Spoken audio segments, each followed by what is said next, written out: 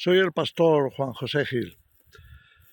Para mí, hablando de la gran tribulación, lo más obvio es que será un tiempo de gran persecución. Si os fijáis, cuando las profecías nos hablan de esa tribulación o gran tribulación, también se nos refleja principalmente el hecho de que habrá una gran persecución contra los creyentes. El profeta Daniel lo había resumido, como lo leemos en Daniel 7:21, cuando dice que hará guerra contra los santos y los vencerá. Creo que esa frase puede resumir perfectamente lo que significaría el periodo de la gran tribulación. Por eso, cuando se habla de que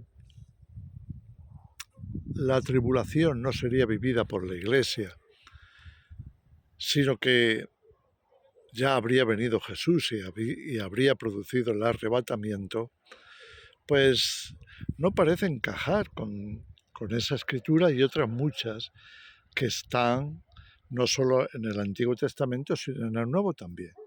Fijaros la expresión de Jesús en Mateo 24, cuando él dice, allá por el versículo 29 al 31, inmediatamente después de la tribulación de aquellos días, y entonces nos habla de su venida y nos habla del arrebatamiento y nos habla de cómo vamos a estar finalmente con él después de haber sido recogidos por los ángeles. Bueno, eso para mí es, yo diría, el tema principal de la tribulación. No simplemente que haya sufrimiento, sino que el sufrimiento estará sobre todo enfocado hacia la gran persecución que se sufrirá por parte de la bestia, por parte de los organismos supranacionales contra el cristianismo. De ahí que venga la apostasía, es decir, que la fuerza de esa persecución desanime a tantos cristianos que no estaban realmente enraizados bien en la palabra y por tanto sus convicciones eran muy volubles, y digamos que esa inundación de maldad, de persecución, pues acaba arrancándolos. Aquí mismo en el campo yo he visto al lado del río cómo las riadas acaban arrancando árboles y arrastrándolos lejos, o hasta que encuentran una especie de contención, ya sea otro árbol más grande o un muro o lo que sea. Pues de alguna manera muchos cristianos que no están suficientemente enraizados en la palabra y que su fe es bastante frágil, digamos que sus raíces son muy pequeñas, pues serían arrastrados. De ahí que entendamos lo que significaría o lo que significará que haya una apostasía. El apóstol Pablo lo había dicho así en 2 de Tesalonicenses, capítulo 2. Porque no vendrá, dice Pablo, no vendrá Jesús, sin que antes venga la apostasía y se manifieste el hombre de pecado, el hijo de perdición. Entonces, lo que tenemos que entender, digamos, desde este punto de vista, es que deberíamos de estar preparados para esa situación, deberíamos de estar mentalizados y entender que sin duda habrá una gran persecución. El asunto es qué vamos a hacer, porque para prepararnos, o cómo vamos a tener Biblias, cómo vamos a poder manifestar que somos cristianos. Hay una serie de preguntas que se van a dar, que esto ya ha ocurrido antes. Quiero decir, ya ha habido otras persecuciones. Fijaros, en el libro de los Hechos, ¿qué Biblias llevaban los discípulos cuando vino la persecución? Obviamente, no creo que llevaran una Biblia en el bolsillo. No existían las Biblias como hoy. Existían los libros o papiros o rollos. Todo eso existía, pero cada uno era un libro. Es decir, el profeta Isaías tenía su propio rollo. Y lo mismo con los demás papiros u otros rollos que se tenían que abrir cada uno de forma individual para poder conocer a ese profeta. Es decir, no tenían el libro que hoy tenemos nosotros como una Biblia, o como un Antiguo Testamento o un Nuevo Testamento. No existía.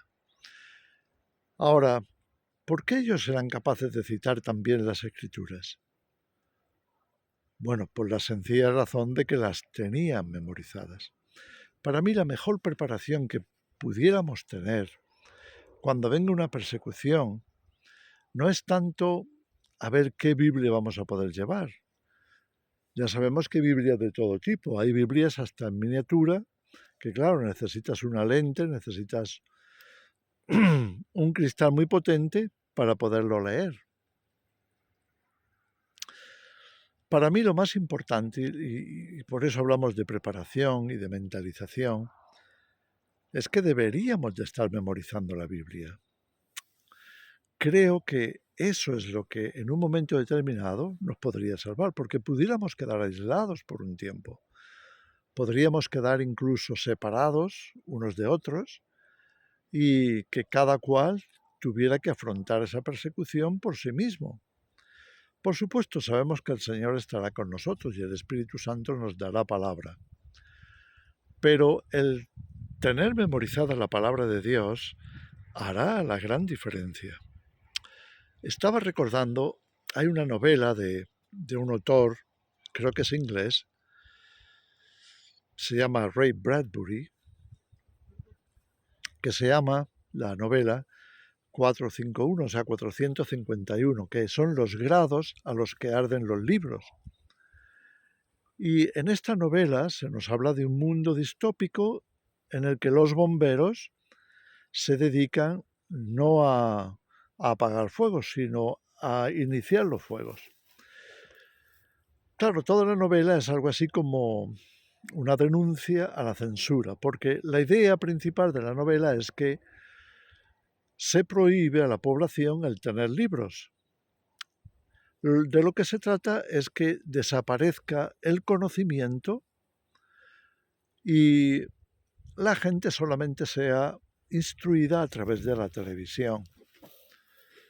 Bueno, pues eso de alguna manera, aunque sea con ciertos matices, ya vemos que comienza a ocurrir, la censura ya está en marcha. No se quiere que la gente tenga tanto conocimiento, sino que más bien reciba la instrucción oficial que venga de arriba por medio de los informes, principalmente a través de los noticiarios de televisión, los informes que se den a la población, porque se pretende que todo lo demás, toda capacidad de crítica, de juicio y demás, pues desaparezca. Solamente sirve el relato oficial, solamente se aprobaría, este es el tema de la novela, solamente se aprobaría lo que viene de forma oficial por parte del gobierno. ¿Y entonces qué va a pasar? Pues en la novela lo que ocurre es que los bomberos van registrando allá donde ha habido una denuncia con el fin de llegar a quemar todos los libros y hacer que ese conocimiento desaparezca. Finalmente, el protagonista, que es uno de los bomberos, que se da cuenta de qué está pasando y cuál es el problema principal, que va todo de censura, pues tiene que huir, tiene que desaparecer porque le han descubierto que tiene libros guardados, que los ha ido llevando a casa, aprovechando los incendios, y los ha escondido, lo cual estaba totalmente prohibido en la novela, en ese mundo distópico. Ahora, ¿qué ocurre? Finalmente tiene que huir a las montañas, tiene que huir a lugares alejados de refugio, donde ya hay otras personas que han huido de ese sistema de censura total y absoluta, donde solo, repito, solo la televisión tenía voz. Ahora, por supuesto, tenemos las redes sociales, tenemos internet, tenemos una serie de cosas, pero bueno, por ahí va. Cada vez también vemos más la posibilidad de que la censura alcance a todos esos medios y que nos veamos obligados a tener que ocultar lo que sabemos, no publicarlo, en fin, todas esas cosas que, según la novela, serían ese mundo distópico. ¿Qué ocurre al final de la novela? Bueno, pues la única escapatoria que hay a ese sistema tan opresor es el huir de las ciudades, huir y refugiarse en las montañas. Allí en las montañas, la sorpresa del protagonista, es que se encuentra con que ya hay mucha gente, ya mucha gente ha huido. Y curiosamente, a lo que se están dedicando, ya que no pueden trabajar, no pueden estar en su puesto oficial en la ciudad ni nada de eso, ahora tienen mucho tiempo porque solamente se dedican a la supervivencia, se encuentran con que el tiempo que tienen, el tiempo libre del que disfrutan, lo dedican a memorizar. Así que cada personaje o cada persona que encuentra el protagonista se presenta con el nombre de un libro. Y ahí encontramos pues de todo, el que se llama Biblia, el que se llama El Quijote, el que se llama Guerra y Paz, en fin, todos los libros que se han escrito que ellos, estos refugiados, han ido guardando, fueron guardando y han comenzado a memorizarlos. ¿Con qué fin? Con que, en fin, el resultado de que no desaparezca el conocimiento, no desaparezca lo que de alguna manera ha mantenido a la población o a la sociedad o a la humanidad, pues avanzando, como extendiendo su comprensión de las cosas y su capacidad para transformarlas por medio del conocimiento integral, ¿no? No solo un conocimiento, sino el conocimiento integral. Bueno, pues esto sí que me parece a mí que estaría más alineado con una verdadera solución para nosotros los creyentes hoy. Si todos estuviéramos memorizando la palabra de Dios, incluso si cada uno se memorizara algún libro y luego lo pudiéramos compartir estando ya una vez fuera de peligro, o incluso si tuviéramos que estar refugiados en subterráneos o cuevas o donde fuera, pues ahí podríamos enriquecernos pues con el conocimiento que hemos adquirido. Si puedes llevar una Biblia, perfecto, pero en el caso de que te la pudieran arrebatar, todo lo que pudieras recordar de la palabra de Dios sería el pan y el agua necesarios para tu alma. Entonces, creo que la solución que plantea el libro, el Fahrenheit 451, es una solución inspirada por Dios, llamándonos la atención a los cristianos. ¿Qué vamos a hacer nosotros si nos quitan las Biblias? ¿Qué vamos a hacer si va a ser muy, muy complicado mantener ese conocimiento a mano?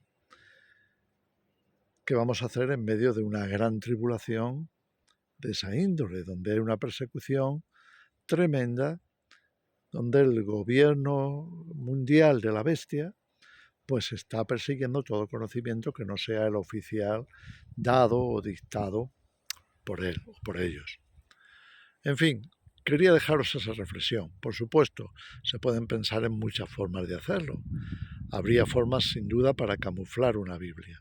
Pero creo que Dios nos está llamando la atención, porque lo leemos también en la Escritura, de la importancia de guardar la palabra en nuestro corazón, de manera que pueda estar siempre a mano, que no corra peligro, que no se nos pierda, que siempre podamos echar mano de ella, sin importar si hemos podido guardar una o no. La hemos guardado en nuestro corazón. Te animo a que lo hagas, te animo a que te involucres en ese proyecto. Memoriza la palabra de Dios, guárdala en tu corazón. Para ti y para otros, en un momento determinado, podría ser la única respuesta real a cuanto está pasando y en cuanto a la esperanza que hemos depositado en el futuro, en las promesas de Dios, en su palabra, en su salvación. Que el Señor os bendiga.